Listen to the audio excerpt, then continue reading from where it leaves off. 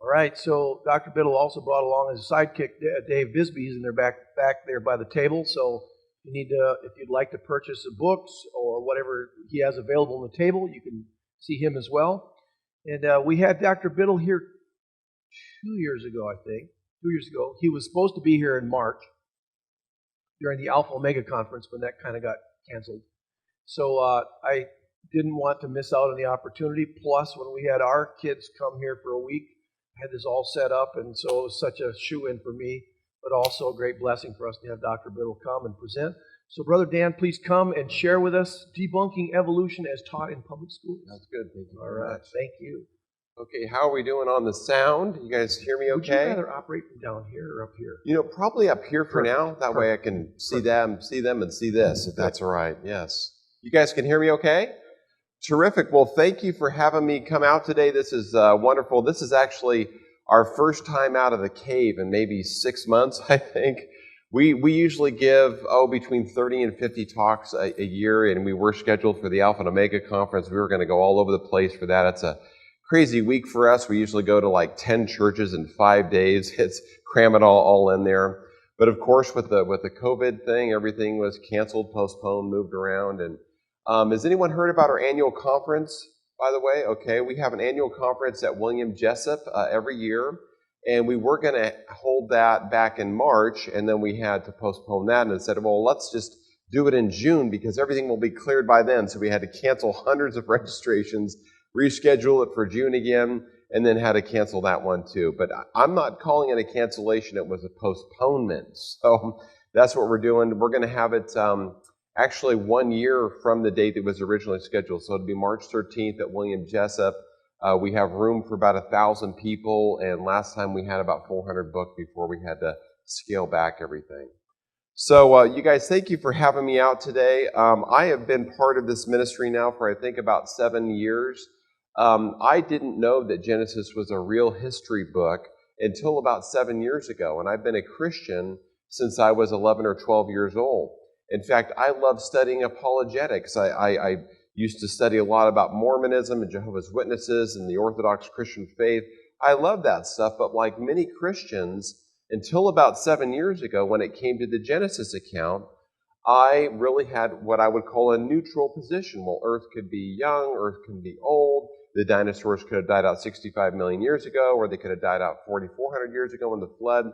I was an undeclared Christian, and sadly most Christians today, not some but most, are in that same boat. They're undecided, undeclared, and it's probably because they really haven't truly given a read through the book of Genesis in an exhaustive way.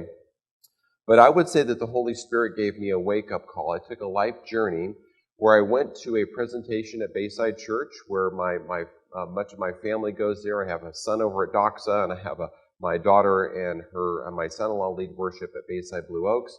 And I went there about 7 or 8 years ago and heard yours truly, our associate Dave Bisbee, give a talk about dinosaurs walking with man.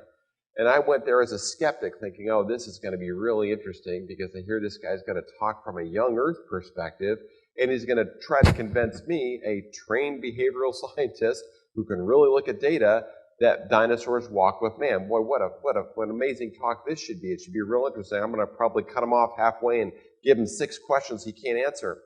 But then quickly I learned about halfway through his talk, my jaw dropped to the ground, and I said, oh my gosh, this guy's onto something.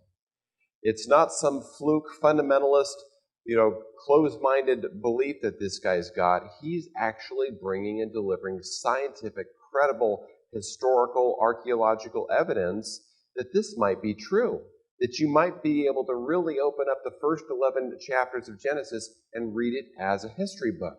So the presentation so rocked me, I had to double back, and I said, if it's true, I'm going to find out for myself.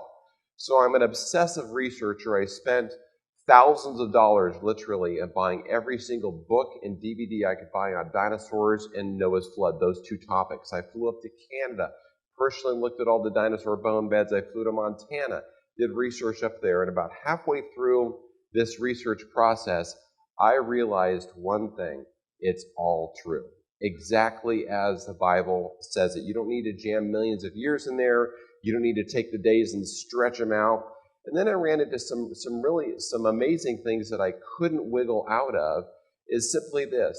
I realized that Exodus chapter 31, God said to Moses that he wrote the Ten Commandments with his own hand, with his own finger, on stone or clay tablets. That's what he said. It's right there clear in the text.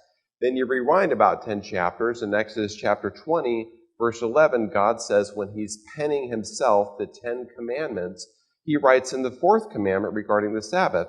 He says, for in 6 days he created the heavens, the earth, the sea, and everything that in them is, and then he rested. And so I sat there and thought, my gosh, if God is trying to convey something to the Israelites, and he himself said that he created in 6 days as they would understand 6 days, who am I to try to understand it anything differently? So if God himself said it to the group of believers at the time, the Israelites, that he created in 6 normal days, and you know he's referring back to Genesis chapter 1, where God says he created light, and there was evening, morning in the first day, and then he created the next set of things on day 2, and vegetation on day 3, and there was evening, there was morning the third day, kind of like he's opening and closing these chapters. Who would I be to reinterpret what God himself said to the Israelites? So it really floored me to a humble position, and I really feel like after I came to that settling in my spirit, realizing, wow, God really does want believers to understand it as he wrote it, it was only then that I went through my little dinosaur discovery and went to Canada and Montana that I saw the evidence. It's almost like God, metaphorically speaking, said, all right, come here, son, if you're going to trust me at my word, I'm going to show you something. And I was able to discover the evidence, meaning to take the cover off of something that's already there. And when you go up to Canada and you're looking at these dead Edmontosaurus dinosaurs, and these ceratopsian dinosaurs that are 30 feet long, and you're standing on a plain where you can look out 14 miles, and there are not hundreds, not thousands, but tens of thousands of these dinosaurs buried in the strata, but they're buried with fish and mammals and all kinds of sharks and oysters and clams. You have to ask yourself, what on earth could do this?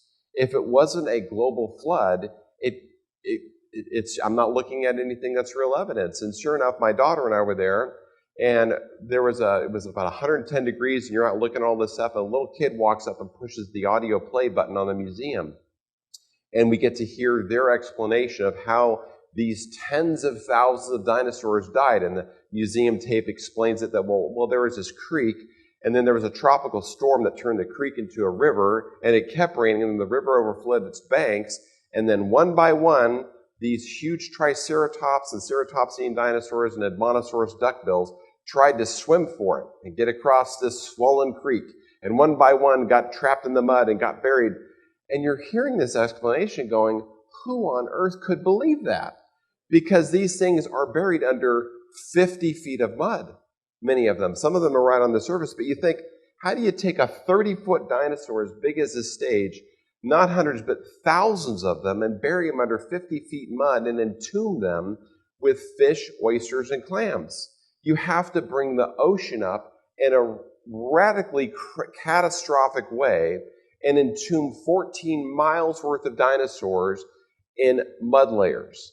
And so you're looking at this stuff, and so I had my wake-up moment. And sure enough, to conclude that story, my daughter, who was about 19 at the time, because as I mentioned, I didn't believe that God created as he said in Genesis 1 through 11, so I just thought it was maybe metaphor or something like many Christians do.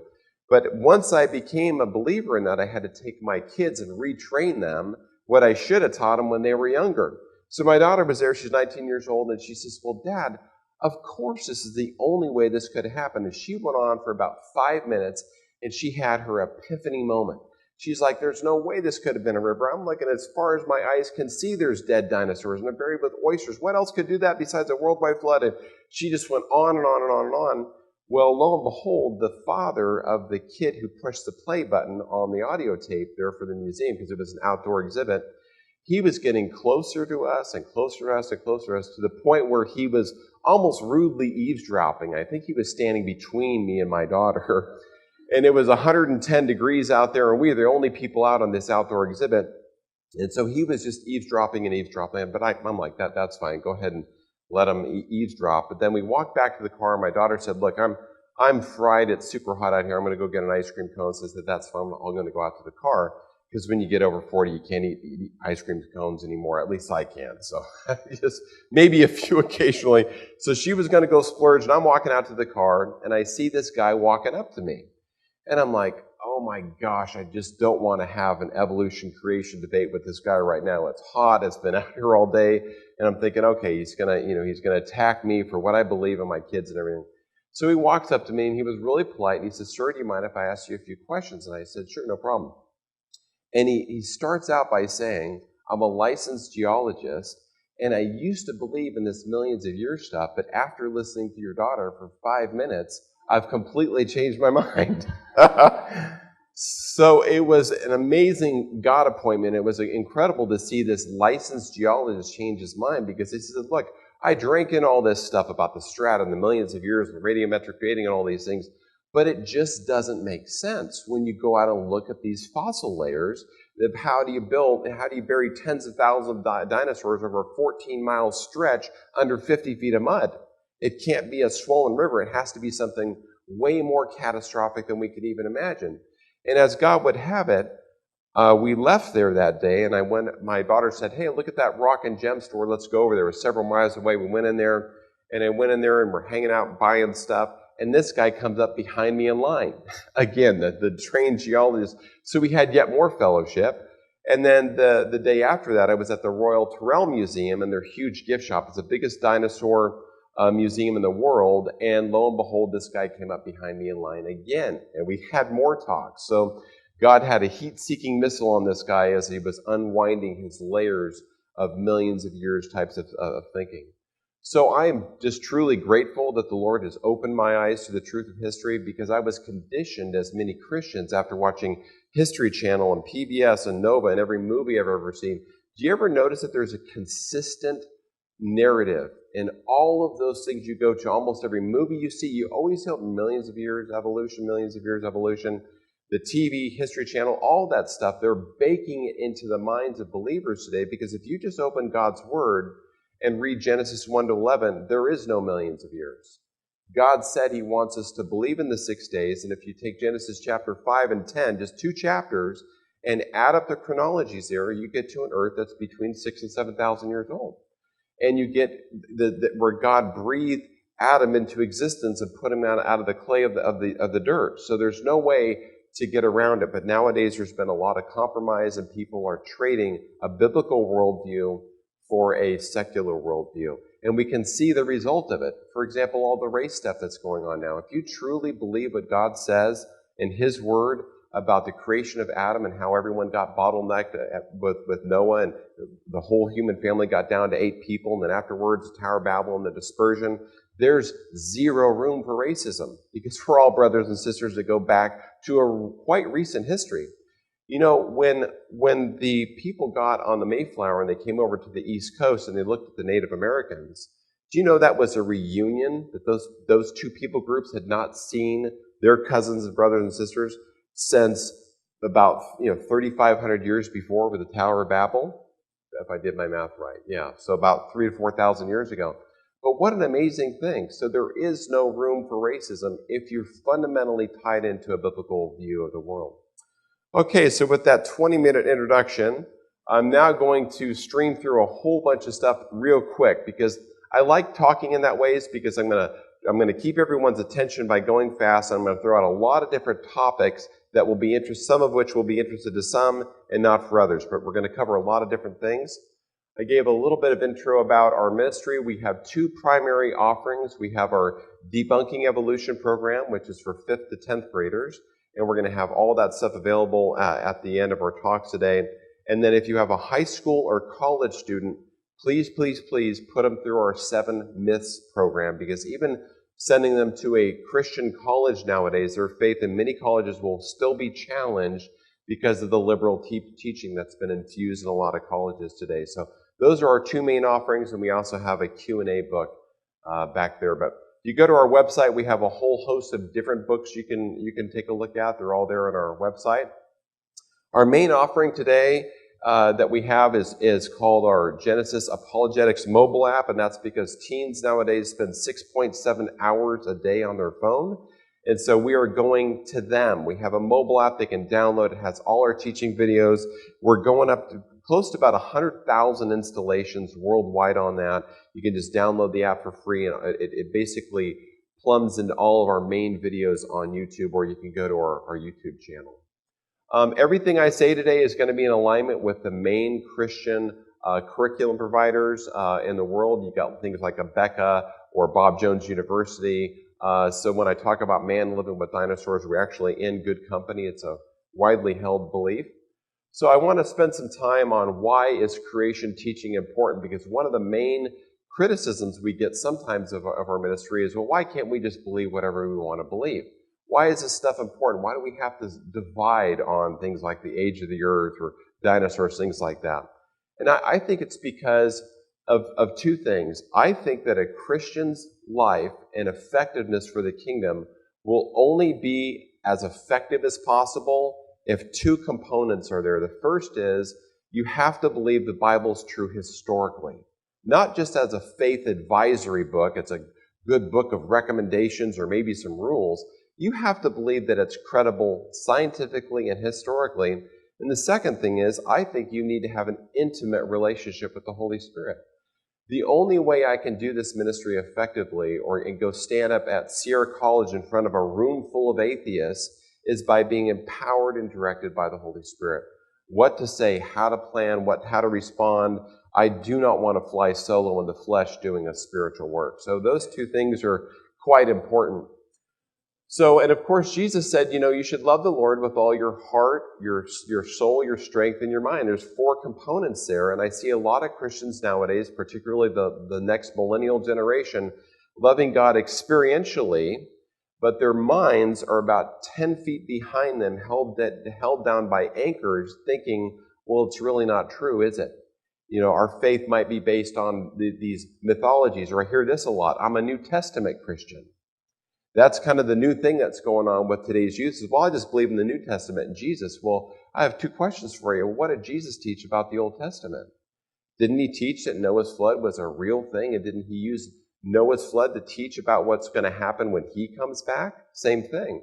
And the second challenge is even better, I think, is I ask people who don't believe in the real historical account of Genesis, please explain the gospel to me. Just don't quote Genesis. It's impossible.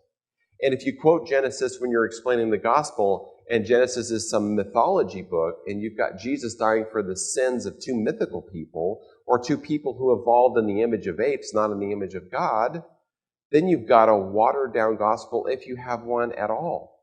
So these are reasons why I believe it's real important. So here's how it works. If you take your heart and your soul and your mind and your strength, that's the 4 things that Jesus says that he wants, and you look at, a lot of teenagers nowadays say, well, you've got my heart, Lord, and you've got my soul. I know I'm eternally saved and locked up with you. But my mind, wait a second. Millions of years, evolution, dinosaurs 66 million years ago. The Bible could be a fable. It could be mythical. And so they're parking their minds behind, because in today's schools, they have to go through 250 pages of evolution over 50 classroom hours. And so their minds are being drugged 10 feet behind, and therefore their strength. Why lean into a faith and give it your all and put yourself in for the Lord and do kingdom work if your brain is thinking it's a myth? And a lot of teens are really stuck back there. So we want to bridge the gap by teaching them that God's word really is true. It's infallible. It's true from the first page, because a lot of teenagers nowadays think, well, how many pages do I have to flip in the Bible before I run into truth? Because if the first page is a myth or a fairy tale, I'm going to keep skipping until I get to the stuff that I like. And that relativistic Christianity will not survive in today's climate. It's going to be a great filtering out that can happen. So that's what we want, is we want to convince people that their mind and their strength can be on board. And people think, well, why can't I just believe that God used evolution? Well, that's because they're totally different accounts. I won't go through each of these, but if you do a careful reading through Genesis chapters 1 all the way through 11, and you look at how God created, then you compare that to the evolution story, do you know they're completely opposite? So either God's right in how he did it and when he created things, and you can't have, God even said on day 5, I created fish and birds, and on day 6, I created mammals and man. But evolutionists say, well, dinosaurs lived way before man, so they've got it all flipped. And so you really can't make up your own creation story. And you know that there's 10 times in the first chapter of Genesis, God said, I created them after their kinds. Let them reproduce after their kinds. Let the plants reproduce after their kinds. So God's saying he created families of biosets of different types of animals, and he did that in the first creation week. And we've been seeing speciation and some variability since then. Okay, so let's see. If the Bible's true, we would see exactly what we see. There's going to be a limited number of kinds. We're going to see spontaneous creation. We're going to see some speciation, but God's word is true. He created them after kinds, and then after that, there was some variability. Okay, so the other thing I like to talk with students about particularly is when I go to places like Sierra College or secular colleges, and I talk about, well, the number one pushback I get from people is, well, evolution is scientific and creation is based on faith.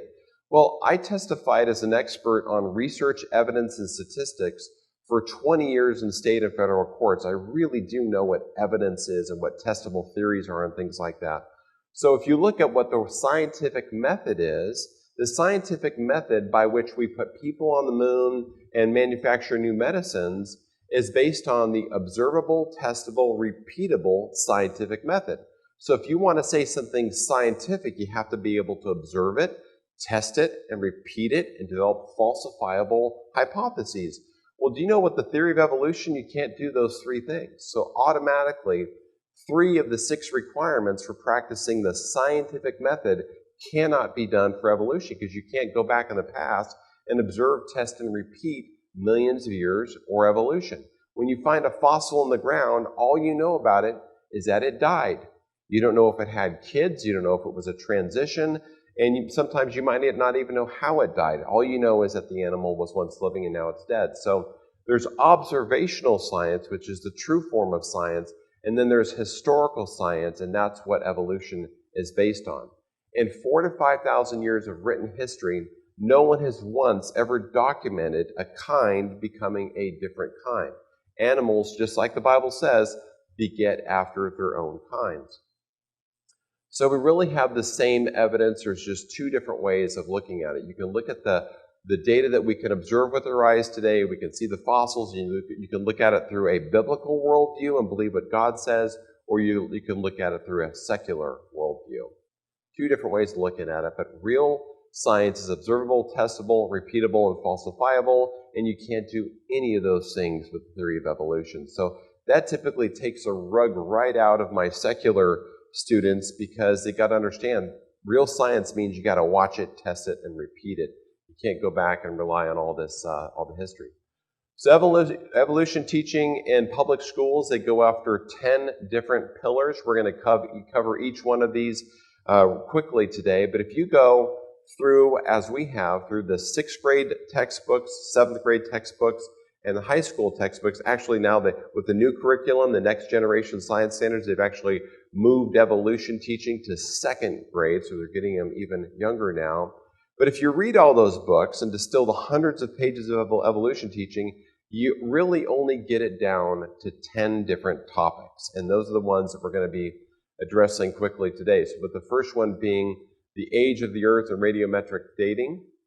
So the world pushes the idea of millions of years. You can go to museums and movies everywhere you go. I mean, that's just an example. You guys, I could put up dozens and dozens of movie scenes, titles, and clips up here that unapologetically push the idea repetitively of millions of years, just to condition people. And if you read even a 10th grade biology book, they will go so far as to say, if millions of years isn't correct, Darwin was wrong. Because they admit right here in a high school textbook that if we don't have millions of years, and if radiometric dating isn't true, then there's not enough time for Darwin's engine of natural selection and mutations to produce different types of animals. And they're absolutely right, but they lean on that whole thing. So why do we think the age of the earth is important? It's because if millions of years is true, then evolutionists have a platform to spin their machine on for millions of years and somehow try to bring out a credible argument for evolution. So, all of these books will rely and teach on the idea of millions of years. So everywhere you go, you're going to see it. TVs, museums, everything. I mean, I would just challenge you to watch PBS or Nova for a while and not hear those terms millions of years. And then they sprinkle it with magic words. Like millions of years ago, a new species appeared or reinvented itself. There's all kinds of magic words that they use, and they couple it with that. So, but the Bible's view is very, very different. You just go to Genesis 5 and start adding up the begot years, and you can get about 1,656 years from creation. Then you can add up those years from Genesis chapter 10, and you have about 6,000 years. Now, there are some differences between the Masoretic text and the Septuagint text. One would have the earth about 6,000 years ago. The Septuagint dates it a little bit older, about 7,800 years. Either way, the Orthodox position is less than 10,000 years. There are some academic arguments for making it either way, but Earth is young because you can take all of these genealogies and simply tabulate them up with a calculator or Excel or on a piece of paper, and you're going to go straight back to Adam, who was created spontaneously by God out of dirt about 6,000 years ago. So, and look about, what did Jesus teach? Well, Jesus taught, about Adam and Eve being real people, not allegorical people. He talked about Cain and Abel, Noah and the flood, Sodom and Gomorrah. Jesus believed in the history of the Old Testament. So for a lot of people nowadays that say, well, I'm a New Testament Christian, that's my challenge to them. Well, you're worshiping a Messiah who happened to teach that the Old Testament was a genuine history book. So if you look at all the times that Jesus referred back to the Old Testament, which is 42 references, you can go through all these. Every single time he treated the Old Testament and regarded it as an authoritative history book, and he had a high regard for Torah.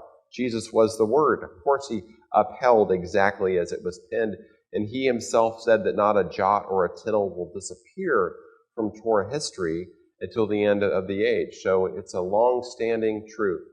So, and then if you take these patriarchs and you start from Adam and Eve, and you start looking at this history, why is it that Genesis 1 to 11 has, dozens and dozens of patriarchs for whom were given their birth span or their lifespan or how many years it was between kids that they had, if God didn't want us to rely on it. These things are in God's Word for a reason. So if you look at radioisotope dating, how they get to the idea of millions of years, it's all based on radiometric dating, which is the decay rate of a parent isotope decaying into a daughter isotope, like uranium to lead or potassium to argon.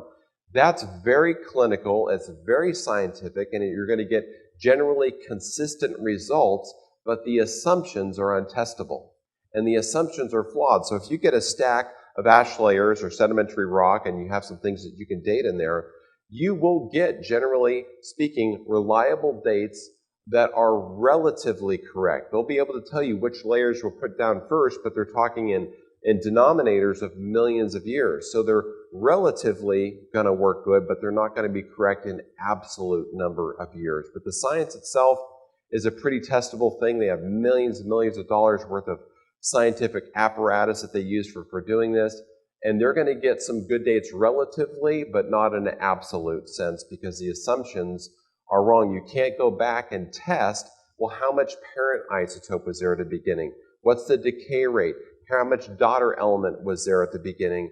Or was it really a closed system? Was there intrusion or contamination? You can't go back 100 years or 1,000 years or 1,000,000 years to go back and test those things. And when we do try to test it, by looking at things like the rocks that were created out of Mount St. Helens when it blew its top in the 1980s, you can take these rocks into a laboratory and test them, and think, oh my gosh, well, we know when that rock was formed. You take a 15-pound block of dacite from the eruption site, take it into a laboratory, and it should say it's 10 years old. If the eruption happened in 86, you test the rocks 10 years later. If science is correct, it should say the rock is 10 years old. But when you do that, and you test the rock different ways in different parts of the rock, it actually returns ages of about 200 and some thousand years, all the way up to 2.8 million years old, all for a rock that we know is just 10 years old. So, and that's why we're saying it may work from a relativistic standpoint, but not absolutely, because the denominators are wrong. And that's just Mount St. Helens. There are studies all over the world that you can get to where we see a volcano-produced rock. You take the rock, if it's 100 years old or 500 years old, into a laboratory, and it's going to say that 100-year-old rock is 5 million years old. Well, it can't be that old because people watched it get formed. So we're going to get all kinds of different dates. So that's a little bit on radiometric dating, and here are some other examples. Again, it's worldwide. You take these volcanoes where eyewitnesses watched them produce rock. You take that rock where eyewitnesses watched it form, bring it into a laboratory, and those rocks will say that they're millions of years old. Well, that can't be the case because people watched them happen. So I was on a debate once, an online debate with a geologist that said, Dr. Biddle, I have 5,000 geology books in my library. I know radiometric dating is true. And I said, oh, that's great. It should be really easy then. If you have 5,000 books, just go grab me a book that shows me where the observed date age of a rock matches the radiometric age of a rock. And he couldn't produce a single study. And that's because it's based on a theory that requires some assumptions for determining absolute ages. And so if there's thousands of studies and zero have shown to confirm what observational people have watched the rocks or the known age of the rock. So if radiometric dating doesn't work for rocks of unknown ages, why do we trust it to work for rocks of known ages? It's a huge logical challenge for the idea of radiometric dating in millions of years. Okay, so this is my daughter's history book. She took an AP history class in high school, and I found it real interesting that whenever they talk about ages of dynasties or historical dates of everything, when it's just a few thousand years back, they'll talk about like the Shang dynasty in China. Well, that might be exactly 2100 BC, or this dynasty might be 1143 BC. When the digits start falling off of the ones place and the tens place and the hundreds of place, then they're using assumptions. Isn't it interesting? You grab a history book today, and they'll have accurate, nail-driving, precise history for about 4,000 to 5,000 years back, but suddenly after that, they start rounding to the 1,000 places. Oh, between 5 and 10,000 years ago this happened, or the Ice Age was between 15,000 years and 50,000 years. Isn't that fascinating that if humans have been smart from the start for a long, long time, we would think we would have reliable history going back, but it's funny that all written human history that's precise and is based on calendars suddenly falls off about 4,000 to 5,000 years ago, precisely when the time of Noah's flood was. Fascinating to go through and see that. So you can see all these dates. If you can squint and see that far, I certainly can't see them. But what we're showing here is that there's places where the tens and 100s are rounded. Those are guesses, but if the dates are precise, then they have some things exactly. Well, what about human evolution? If you were to go to a paleontologist today or an anthropologist and say, give me your best shot, what's your leading proof that humans evolved from ape-like creatures? They're going to say, well, that's easy. Lucy, the Australopithecus afarensis. Lucy is the premier hero star in every 6th grade textbook in the state of California. So let's take a quick look at Lucy. To start out, she was only about 3.5 feet tall, about the size of that little kid there. Weighed only about 55 pounds. But she's used all over the history textbook. So here's a 6th grade textbook. It's got Lucy, and they say Lucy evolved to Homo habilis, and then on the line you go. So we'll just take a quick review of Lucy, and isn't it interesting every time you see her in a book or in a museum, she has eye whites. Has anyone ever seen an ape with eye whites? They pretty much don't exist. They add eye whites to every Lucy icon you'll ever see in order to present a deceptive idea that she was an early human ancestor when apes have completely brown eyes. They don't have a sclera like humans do. God only gave that to humans. So on the, let me see, that would be on your right there, you'll see what Lucy actually looked like. That's a Lucy example at the Answers in Genesis Museum. She was probably hunched down on all fours, not walking upright. And Randall, how long do I get to go today? 10:30. Okay, we'll keep cruising here. So, but this is what Lucy's skull looks like. You notice that the brown parts are there. They only found about 6 different parts of her upper skull. And what do you think the rest is? All the white plaster of Paris. So the brown parts are what they found, and the white parts are imagination. It's all inference. They fill that in. But even so, they gave her a sloped front of the face there. And her foramen magnum, which is the hole in which the spine enters to the base of our skull. For humans, our spine enters straight up and down so that we can walk upright without any problem. But for chimps and Lucy's kind, the skull enters towards the rear part of the skull and it comes in at an angle so they can be hunched over when they're walking on all fours. And that when they started x-raying Lucy's kind, not Lucy herself because they didn't have enough skull material, they learned that they walked in a slumped over position, and her skull was certainly aligned for that. And of course it was sloped, because if Lucy was standing right here and she supposedly walked upright, because that's her claim to fame, the paleontologists believe that she walked upright. With a sloped face like that, if she's walking upright, she'd look down and see her nose. Humans can stand upright, and my peripheral vision is bringing in all the ground that I'm going to be walking on in front of me. I can pretty much see it without having to stoop down. But if Lucy was standing upright and just put her eyes down, she'd be staring at the front end of her nostrils. So whatever this creature was, and it was an extinct ape, they had to be walking in a hunched over position and therefore using all fours to get around. Okay, so that's her eyesight. That's what she'd be looking at. So she had to have a way of looking down, and the only way you can do that is by hunching over.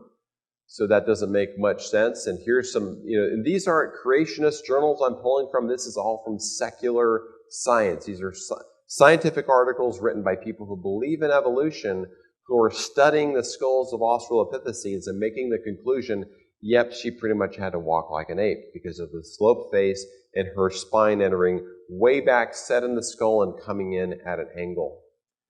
Just a few more things here, and you can see that graphic really portrays it there about how a chimp or an ape is going to be walking way hunched over, whereas humans can walk upright with no problem. And they've also looked at her ears and determined that her top 2 semicircular canals pretty much demanded that she would have been walking on all fours, because the balance for walking upright is controlled really by only 2 of your semicircular canals, those things that have fluid so you can walk around and keep your balance. Well, they've learned in both chimps and in Lucy's kind, by doing scans of the skulls, have determined that their semicircular canals were only 50% of a human of equal size. So even controlling for body size, they had a much, much smaller ear canal and would have been a little bit dizzy trying to walk around on 2 legs like humans do. Quite different. I'm not sure how many years ago it was now, it's all in our source material, but several years ago, a couple of paleontologists were putting together a Lucy clone to put in their museum, and notice they said, well, you know what, this vertebrae doesn't look like an ape vertebrae. It looks like a vertebrae from an extinct gibbon called the Therapithecus. And they studied it, and sure enough, they were correct.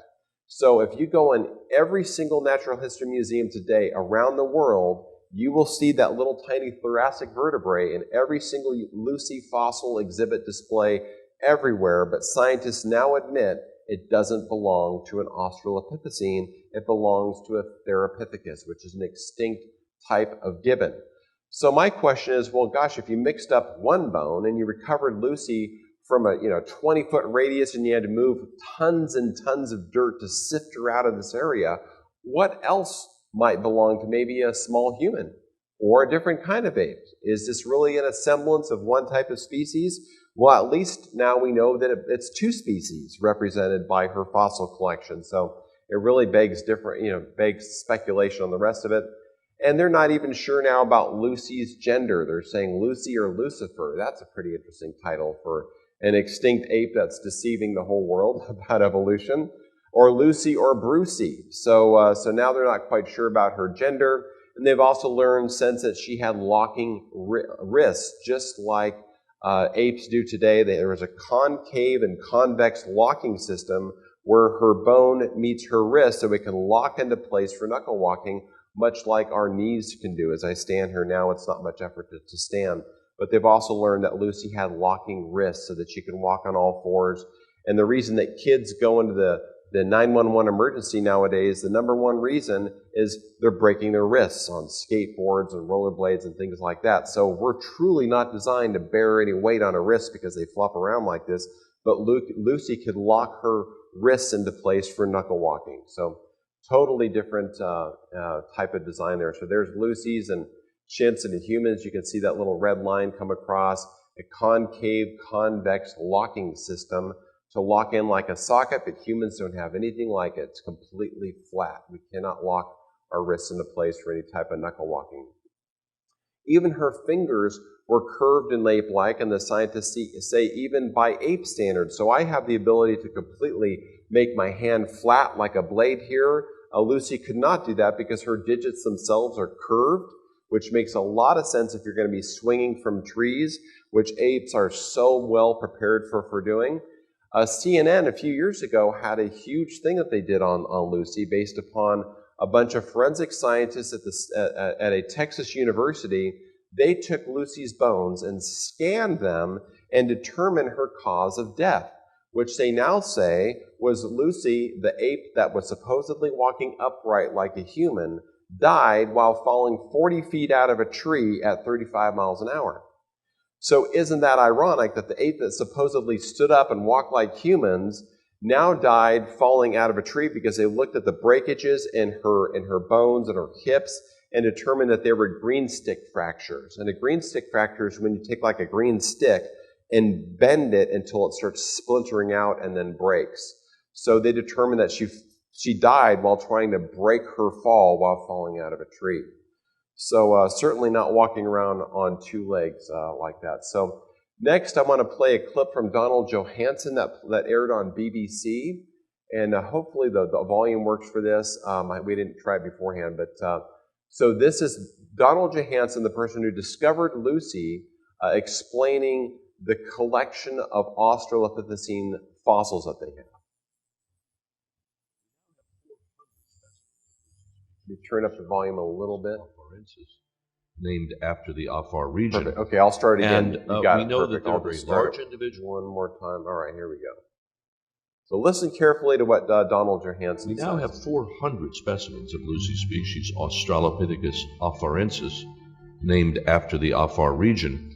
And we know that they're very large individuals, which were males, and the smaller ones are certainly females.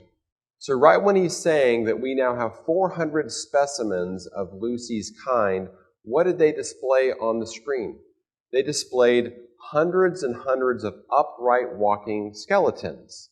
And he says that we now have hundreds of these specimens that have been dug up out of the dirt all over the place. But you know, that's actually untrue. What he really means by saying we have 400 specimens of Lucy's kind is not 400 complete upright walking skeletons.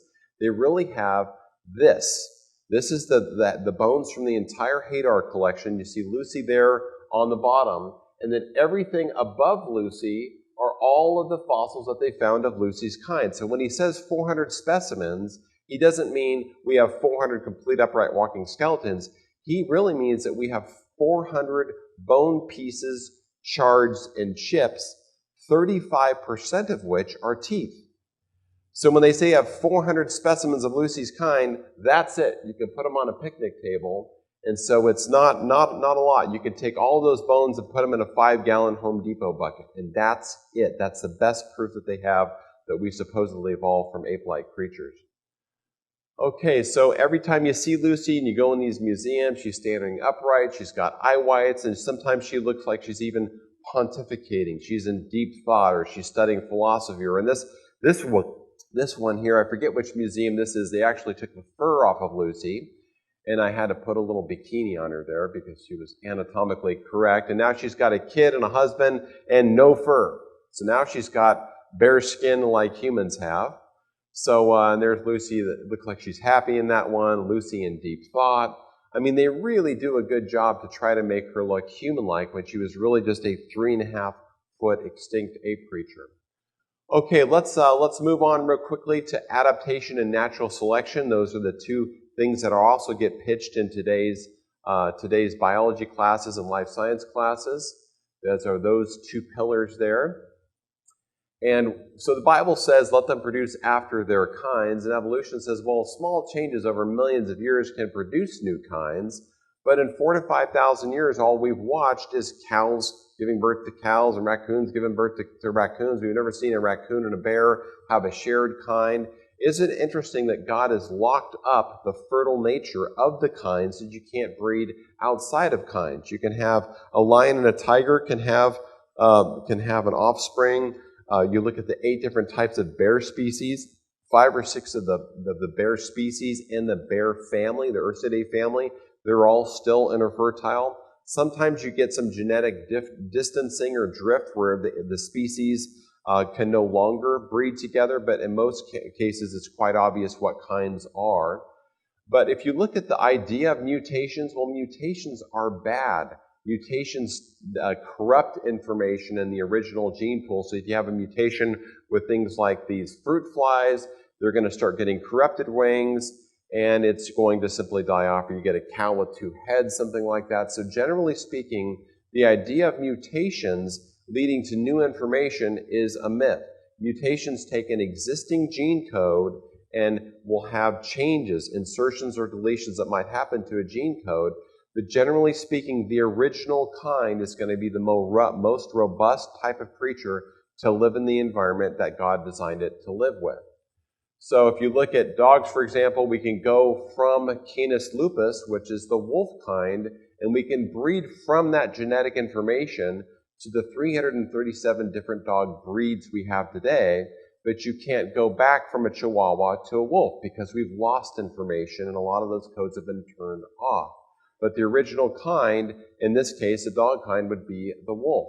And you can get from that wolf things that look like a Basset Hound or a Chihuahua or a Great Dane because all the information's there. Well, Darwin's claim to fame was the Galapagos finches. Has anyone heard of Darwin's finches before? Okay, they're in most textbooks, high school textbooks and everything else. Well, when he was studying the finches in the Galapagos Island, he pretty much said, well, look at this. If I look at the finches on one island with certain food sources, their claws and their beaks can adapt for eating certain things. So they can get short, chunky kind of beaks for cracking seeds, or they can get longer beaks for reaching down and getting food sources that are like inside the sand and things like that. So Darwin thought, look at that, I've got proof of evolution because these finches will start changing and adapting based upon the conditions in which they live. Well, recently they took a bunch of scientists that studied this, and they looked at 1,000 different finches that were in a certain location, and they studied Darwin's ideas, and here's what they found. It's really epigenetics that's turning on and off these certain gene codes. And so it's not that the finches are adapting through evolution or through some channel of evolution. What they really learned is that there are certain gene codes through the process of what's called epigenetics that are turning on or off, toggling for longer beaks or different types of clawed feet for the environments in which they live, and it can change in a single generation. They actually tracked 1,000 finches to do this. So here's what the study looked like. They take 1,000 finches, and they've learned based upon living in an urban environment or a rural environment that these epigenetics are pre-programmed into the code. You see the difference there? There's no evolution going on. There's just variability, but the variability is within a confined, constraint gene code of the finch kind, so that finch will never change into a flying pterodactyl or a raccoon. It's going to stay within the finch kind, but there's going to be great variability allowed based upon the environment in which it lived. And I think, gosh, where have I heard that before? Go throughout the earth and be fruitful and multiply. That was a command given to humans and to animals. And so God set in our gene pool the abilities to toggle on and off certain codes to live in different conditions, just like he said in his word. Okay, and the same thing can happen with cave fish. About 10 years ago, evolutionists were beating up creationists, saying, well, look at this, we've now got proof of evolution, because if you take these cave fish and you put them in an environment where there's no light and it's totally dark all the time, their eyes will evolve away. And they just get little sonar sensors instead of eyes. So look at that proof of evolution. The eyes are no longer needed, and so they just turn off. Well, do you know how fast these little cave fish can grow their eyes back? 1 generation. So it's epigenetics turning on and off these codes. It's not evolution. It's pre-programmed adaptability that continuously tracks the environment and turns certain codes on and other codes off. So those are just a couple of examples. Well, what about fossils and common ancestors?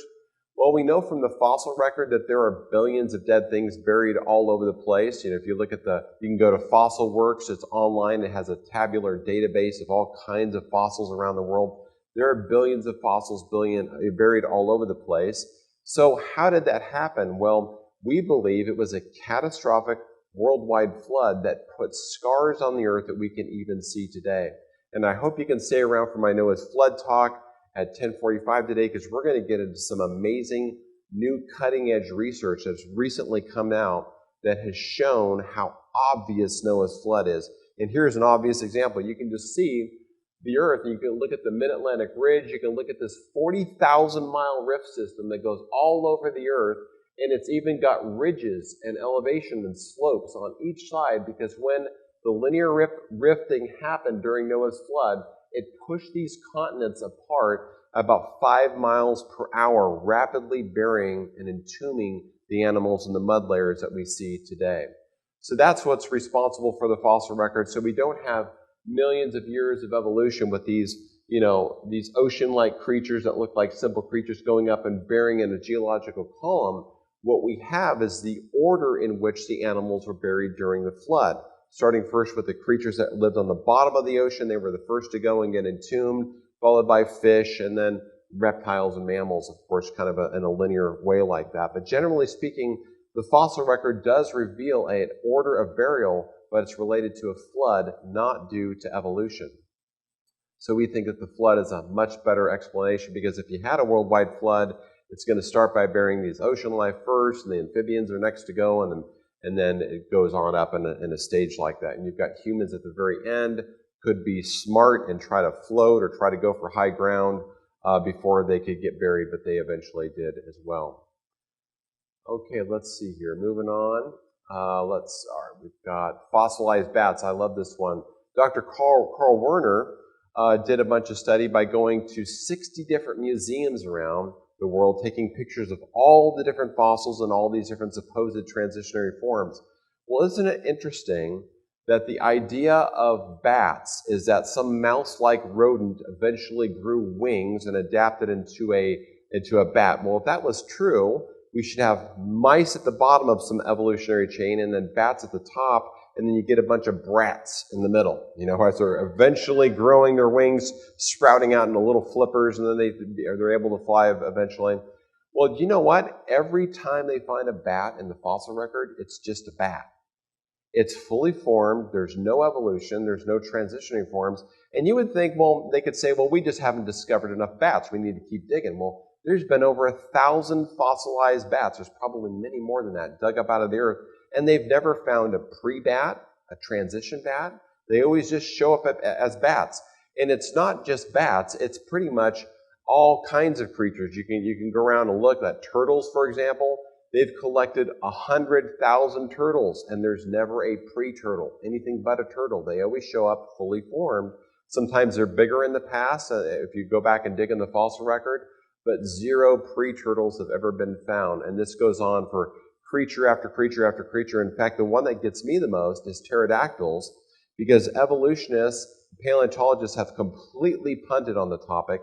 They don't know where the pterosaurs came from, because every time they dig up a pterosaur, in all 3 layers, the Triassic, Jurassic, Cretaceous, which supposedly spans, hundreds of millions of years, pterodactyls always just show up fully formed. It's a mystery. Well, it's not a mystery to a creationist, because God created them after their own kind. So Charles Darwin was a fan of saying, well, look, if we keep digging, we're eventually going to find more transitions and more fossils. We're going to find them embedded in countless layers throughout the earth. He's got all kinds of quotes about this, but that was his idea, is that we should find countless transitionary fossils embedded throughout the Earth, but that's not what we find. We find stasis in the fossil record. You go up and dig something like a lobster, and then they say that lobsters are supposedly millions of years old. Well, a lobster's been a lobster all throughout the fossil record. We have a lot of creatures that have gone through extinction, but we don't have transitions.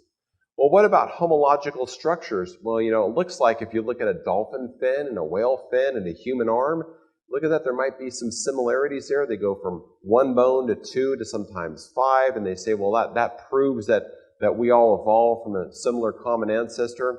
Well, I would just say it's kind of like looking at wheels on a car. If you're God and you design things, you have to get them around. You've got to have like wheels on a skateboard, wheels on a plane, wheels on a motorcycle, or wheels on a car. You might have different kinds of wheels, but if the purpose is for that vehicle to go somewhere, it's got to have a wheel. And of course, dolphins and whales have got to have flippers to locomote, and you've got to have people, got to have hands. So it's a common designer. It doesn't prove that they came from a common ancestor. Well, what about vestigial structures? Do you know that if you go back to a medical book in the 1800s, they would say, well, you know what? There's about 180 leftovers. So they think that over millions of years, evolution has produced these vestigial things in humans that we don't need anymore. Things like a tailbone or our tonsils or different features in our bodies. We just don't need that anymore. We don't need the appendix anymore. But do you know now, according to current medical science, the list of vestigial structures is 0. They have since found a purpose for everything. When I was a kid, everyone was getting their tonsils taken out. Oh, you got strep throat, you better get those tonsils out. You don't need them anyhow, they're vestigial, right? Everyone's going to school in 5th and 6th grade and they've got their tonsils pulled out and they get to eat ice cream for a whole week because the idea back then was it's just some leftover thing, you don't need it. Well, now we've learned it's part of your lymph system and it's a first-line defense for producing all these white blood cells that tries to kill off your throat infections. So it's a big deal to take them out. And it's kind of a last resort thing. The appendix, same thing. They think, oh, well, that's leftover. Well, no, it's not. Because it's a safe house for storing your bacteria in case you lose everything when you get sick out of your bowel system. So they're now learning that things actually have a purpose. And I'm speeding through these to make sure I can finish up in a couple minutes. The tailbone is what really gets me to think, well, look at that. There used to be some tail attached to that, or it's vestigial, you don't need it. Do you know that the tailbone itself, or the coccyx, is a linking point for 47 different muscular, ligament, and tendon structures? And it also has all kinds of holes in it where the plumbing for your major nerves to go right through these holes. So it's an amazing system, and I won't get too graphic, but you can't go to the bathroom and you women can't have babies if it wasn't for the very integral structures of our tailbone. And you notice how it forms a little cup down there. It's called the pelvic floor. It pretty much holds everything together. So it's a very integral part of the human design. So that's just a quick scan that kind of shows what it looks like. Amazing, amazing stuff. Tonsils, same things. Used to think that they're vestigial. When I was a kid, just go cut them all out, but now they've got all kinds of white blood cells that are produced right through that first line of defense. And so we've basically gone from 180 to 0. All these things have purposes nowadays. So what about whale evolution? This one really gets me because you're able to go into a secular class nowadays. You can grab any one of their biology textbooks and turn to page whatever it is and pull up a whale graphic there. And they say, well, look at that. They have these vestigial structures that used to be little legs that when they cruised into the water, the legs weren't useful anymore, so the legs retracted back into their body and they don't need them anymore. So look at that. Evolution is proved. That's what a typical atheist or evolutionist would say.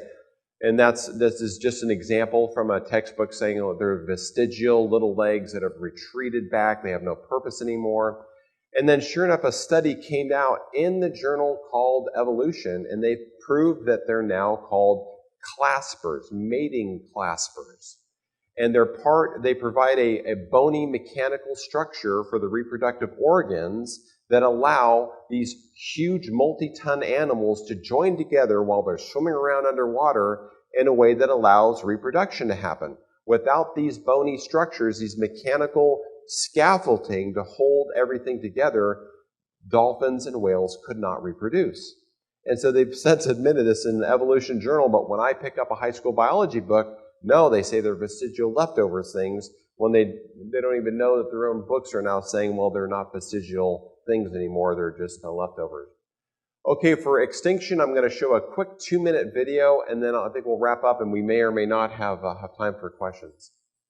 All right, we'll talk about the dinosaurs when it comes to extinction. Evolution holds that dinosaurs evolved 220 million years ago and died about 65 million years ago from any of a number of possible extinction events. But the Bible teaches that all land animals, including dinosaurs, were created on the 6th day of creation, just thousands of years ago, and they were all named by Adam just before God handed over his completed creation to Adam and Eve, charging them to take dominion over his completed creation. Then, about 4,300 years ago, the entire world was deluged by Noah's flood, and the dinosaurs, along with billions of other creatures, were wiped out. Let's take a quick look at some evidences that show that the biblical account might actually be true. First, dinosaurs are cleverly designed. Consider this Triceratops. Its 2,000-pound head is mounted in a way that allows it to turn every which way, yet still be strong enough to ram something, even while running. What about massive sauropods with weight-bearing systems from hip to toe that allow its 200,000-pound body to even walk, and neck vertebrae that are 90% filled with air so it can lift up its head? Next, there's the absence of dinosaur ancestors and transitions. Even the Chicago Field Museum sign admits there have been 0 transitions between dinosaur kinds. It shows question marks regarding where they came from. It's almost like someone just put each basic kind on Earth right at the same time. There are even dinosaur design features that show they lived in the ideal pre-flood world. Sauropods can exceed 200,000 pounds, yet they have tiny nostrils for breathing. Pterodactyls may have been too heavy to fly in today's atmosphere. Same with huge pre-flood dragonflies. The fossil record is filled with giant creatures and plants. We know this because there are billions of dead things buried in rock layers laid down by water all over the earth. And when we look at the dinosaur fossil record, we see that they were buried furiously, rapidly, and simultaneously, oftentimes found fleeing in groups. Take this massive bone bed in Hilda, Canada. Thousands of centrosaurs were catastrophically buried over an entire square mile. Or this one in China, where thousands of different kinds of dinosaurs were simultaneously buried in a single 980-foot-long ravine. There are hundreds of dinosaur bone beds all over the world, including the US, where the Morrison Formation covers 13 states and 700,000 square miles. Thousands of torn-apart dinosaurs are buried here in hundreds of mass graves, with many found in the classic death pose with their necks arched back, choking as they died. Museum signs everywhere even admit they died in a watery catastrophe. Some dinosaurs are even found mummified, with tree leaves, flowers, ferns, shrubs, and algae still in their stomach. Dinosaurs are even found buried with marine creatures. Isn't a global flood the best explanation for this? Scientists have been discovering soft tissue in dinosaur bones. They describe blood cells, blood vessels, connective tissue, and even collagen, which has a maximum shelf life of about 900,000 years at 40 degrees. With a maximum shelf life of less than 1 million years, what's collagen doing in dinosaur bones that are supposedly 65 million years old? Many dinosaur bones are even found unfossilized in places like Madagascar, Alaska, and Montana. Does this evidence seem to support the Bible's recent and violent flood? Or evolution stories? Kinda makes you think, doesn't it? Find out more by ordering our dinosaur book at genesisapologetics.com. Okay, so that is, wow, I can't believe I did that. Maybe 100 slides. I know that was rapid fire. Sorry, that's just how I talk and go through stuff. But hopefully the scattering of seeds stuck where they needed to stick. And Pastor says they have time for 2 questions here before we take a break and then go on to the Noah's flood talk. Please do stay for that, by the way, because this is kind of our generic talk. But the next talk, if you can stay, we're going to reveal some amazing stuff that really provides evidence for the flood. But are there a couple questions I could help with?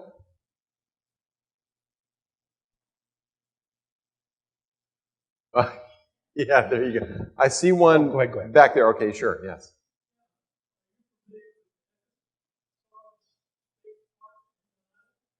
Yes, I have heard about it. I can't wait to go there. There's an ichthyosaur, which is like a huge pre-flood dolphin whale creature, about 20 to 30 feet long, and they're buried right there on top of the surface in the middle of the state of Nevada. So, wonder how they got there. Very, very interesting. So, yeah, I've only heard about it, but I can't wait to go there.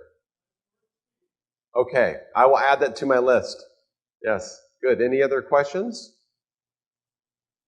All right. Oh, yeah, one in the back.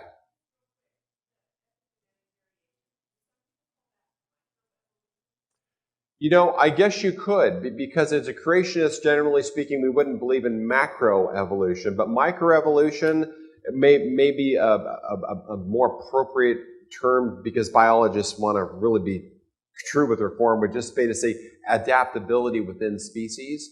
But yeah, you could certainly call that microevolution. My wife loves that term, microevolution. And it's very true, isn't it amazing? We see that within humans. We see adaptability and changes based upon where we live. I mean, goodness sake, it's by God's design and intent that we're all not just robots. He knew we're supposed to spread around and multiply, and he programmed our codes, humans and animals alike, to go around and vary. A wolf in Alaska is different than a timber wolf, is different than a wolf in Africa. So all pre-programmed by design, and they're some still infertile, but they can't breed with different kinds. Good question. So I think it's interesting that the epigenetics thing is fairly recent. Yes. Because before, when they first came up with the DNA, they thought, oh, this is easy. They're finding out it's a little more complicated than what they thought. The designer of life knows how to make things complicated. Yeah.